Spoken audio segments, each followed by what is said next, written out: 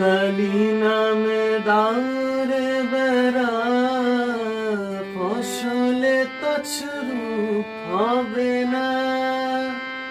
কালি নামে দাউরে বেড়া ফসলে তছরূপ হবে না।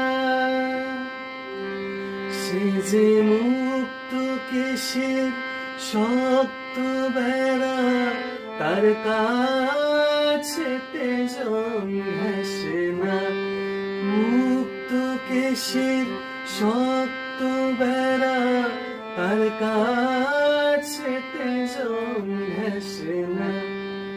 মনে রে সে কাজ